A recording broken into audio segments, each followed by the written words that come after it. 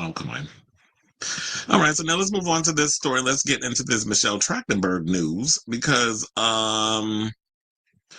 we were sitting there saying that because we were talking about autopsies with Gene Hackman, but it looks like we're never going to get an autopsy about this story because Michelle Trachtenberg's family is not interested in getting an autopsy. And I think what it is because I think they know what she passed away from.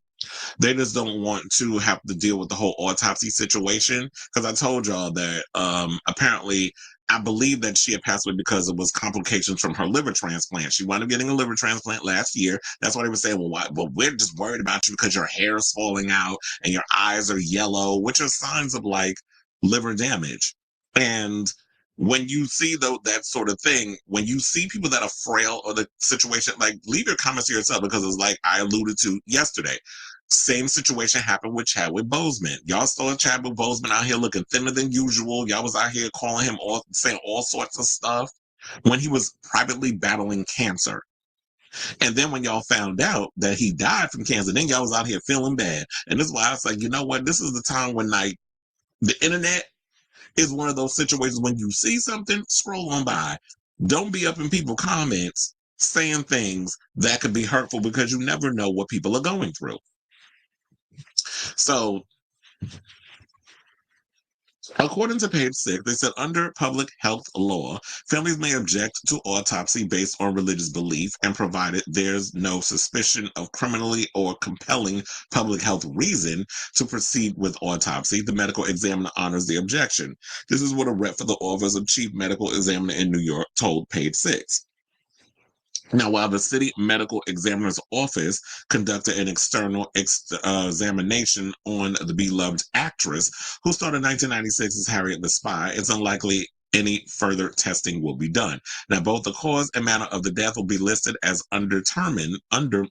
I don't know why I was making like I wasn't saying it right. It was undetermined on her death certificate. Now, Trachtenberg was found unalive in her New York City apartment at 1 Columbus Place in Columbus Circle around 8 a.m. First of all, sidebar, can we talk about the apartments over there in Columbus Circle? Because I used to live over there.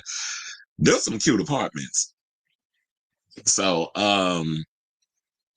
cute. I mean, that was cute or whatever that she was living over, but there's a lot of celebrities that live in that area. Anyway, so, they said, yeah, she was found unalive around 8 in the morning on February 26th after going into cardiac arrest. Sources previously told the Post that she was 39 years old. They were also told at the time that the actress's mother, Lana Trachtenberg, who discovered the body. The New York Police Department said Michelle was unconscious and unresponsive when officers and paramedics arrived. She was pronounced dead on the scene. Now, police did not investigate Michelle's death as suspicious, according to sources. It appears the Gossip Girl had been quietly dealing with some health issues. Now, they also said that she underwent a liver transplant just before her death. However, the actress never spoke out about the surgery in the press or on social media, probably because it's none of anybody's business. And celebrities are not required to have to tell you every aspect of their personal life, unless you're a reality star. Because I know some people be like, well, if you that they don't have to, they don't owe us anything. And so I said, because if you signed to pay, get millions of dollars in your account every quarter or season to be telling all your personal business, whether you're going through a divorce, whether you're going through an illness, whether you're cheating, your husband cheating, whoever. That shouldn't need to be that's our business because it's a reality show, right? You're supposed to be telling your business. You get paid to get us up in your business to assert us in the group chat. But if you're somebody who I'm an actor, but I also balance that private time for myself that I don't want to be all up in the spotlight because this is just not my ministry. I just love the art of being a performer. Then they should be granted that grace. So it's none of our concern that we had to know that she was battling an illness. So now the Buffy the Vampire Slayer alum actually clapped back at those who speculated about her well-being online. Now, she first sparked concern in January 2024 when she posted a series of selfies that showcased a much different appearance than the one fans had grown familiar with while watching her various TV and film projects.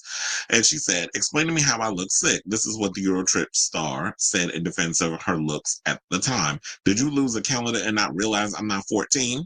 I'm 38. How sad for you to leave such a comment. So now, when people tried to explain to Michelle that they were just worried because her hair was thinner, her eyes had a yellowish tint, she dismissed them as haters, saying, "I received several comments recently about my appearance. I never had any plastic surgery. I'm happy and healthy. Check yourself, haters," the Ice Princess Star wrote on Instagram. She also added a separate post saying, "Fun fact, this is my face, not malnutrition, no problems. Why do you have, why do you have, well, I think they meant, why do you have to hate? Because they said, why do you hate? Get a calendar." Now, leading up to her death, Michelle posted mostly throwback photos of herself, reminiscing on most past red carpet looks. However, a week before she passed, she posted a more current selfie. They also said a couple of weeks ago that she was spotted at there was like she was at a New York City restaurant, and people were saying that she was looking unhealthy. She didn't look well. She was struggling to go up and down the flight of steps, so she was pretty fragile. And I was sitting there like, well, why would she even subject herself to any kind of scrutiny and being out in public? Because now people are going to be talking about you.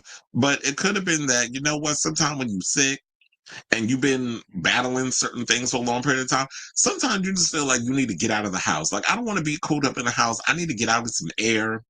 I want to go and be surrounded by friends and go out to eat or whatever the case is. And I heard of the owner of the restaurant. I can't remember off the top of my head all the information. It was just I was reading another article about this, and she said, and he basically paid tribute to her. So shout out to Michelle. And like I said before, sometimes you never know what someone's going through. So just try to be mindful when y'all, demure and mindful when y'all say certain things. Now, in other news regarding Miss Mamas, Sarah Michelle Gellar took to Instagram, because we was talking about it yesterday, that we played a couple of celebrities from David Boreanaz, James Marsders, who played Spike. We had Kim Cattrall, so many others who had came in and sent their condolences. But also now we have, and I said at some point, I know like it's going to take Sarah a minute to come in and say what she needs to say. Like, she was someone who was deeply connected, I guess. I'm not saying more so than others, but when you have somebody who played your little sister on one of the most popular shows in the 90s into the 2000s, there's some sort of, well, she wasn't on in the beginning. She came on, I believe, like season 5. But you know what I'm saying. But the whole matter is like, yeah, when you're the most connected with this actor, and you're an older person, but you're looking after this young lady that's on the show, and she's playing your annoying little sister and all that other stuff, and it's like y'all have that rapport with each other and that connection. So if somebody's like I'm close with, especially in the time that we were in, cool, it's going to take me time to find the words to want to say what I need to say about you and pay tribute to you on social media. And so, yeah, so today, a couple of hours ago, she went over on her Instagram and posted the following to the music of Sarah McLachlan. That's what I be calling her. That "I Will Remember You." That song was playing, which I remember. Didn't they play that? No, that wasn't. They played another. Because I was trying to remember. Wasn't it the same song they played in Buffy the Vampire Slayer? But it wasn't. It was a different song. Remember when Buffy got kicked out of the house because she went and saved the world, and she went and moved to another city, and she became, she went by her middle name Anne, where she was the waitress. That was the next season. And then when they played that other Sarah McLachlan song, so that's why I was getting it confused. Because after a while, I love you, Sarah McLachlan, but a lot of your music was sounding a little similar. But anyway, so she said, "Michelle, listen to me. Listen." Why do I feel like it was like, "Listen, Linda, listen. I love you. I will always love you. The hardest thing in this world is to live in it. I will be brave. I will live for you." So that's what she basically said. And, a lot of people was commenting all of that. But I believe that was a line. I feel like, why do I feel like that was a line on an episode of Buffy the Vampire Slayer? So, and then you see, like, you had the MOVC podcast. They're like huge Madonna fans over there. Hey, Stefan. So he went and posted a comment, a heartbroken thing. Kristen Siriano was in the comments. So a lot of people was out here sending their love and everything to Michelle. And I believe also there was like they actually did a carousel, because I saw they had one with Seth Green was up in it. So they had this picture, which of course is like from the show Buffy the Vampire Slayer. Then there's another picture of them again. Then they're taking a picture with Seth Green. Whatever happened to Seth Green? Seth, where you been? Because, I loved him when he was Oz the werewolf on Buffy, but I've always loved me some Seth Green. I have a weakness for gingers. But anyway, then there was this picture, and I'm like, who baby is that? Is that one of Sarah's kids? And there's another picture of them with Seth Green. And then this was like the one that really hit me. So it was like you see Michelle, then you see Sarah in the middle, and then you see the dearly departed Shannon Doherty, who we lost to cancer a couple of months ago. So I know that's really gotta hurt, especially for Sarah Michelle Gellar, because she lost two people that she was close with. Like, she lost Shannon Doherty, was one of her good friends, and now Michelle is gone at the sad, ripe old age of 39.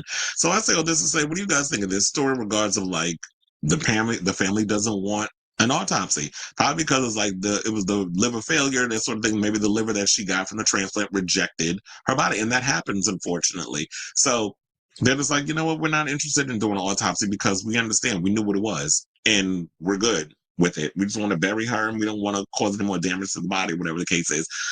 So whatever your thoughts are on this whole situation, let me know in the comments down below.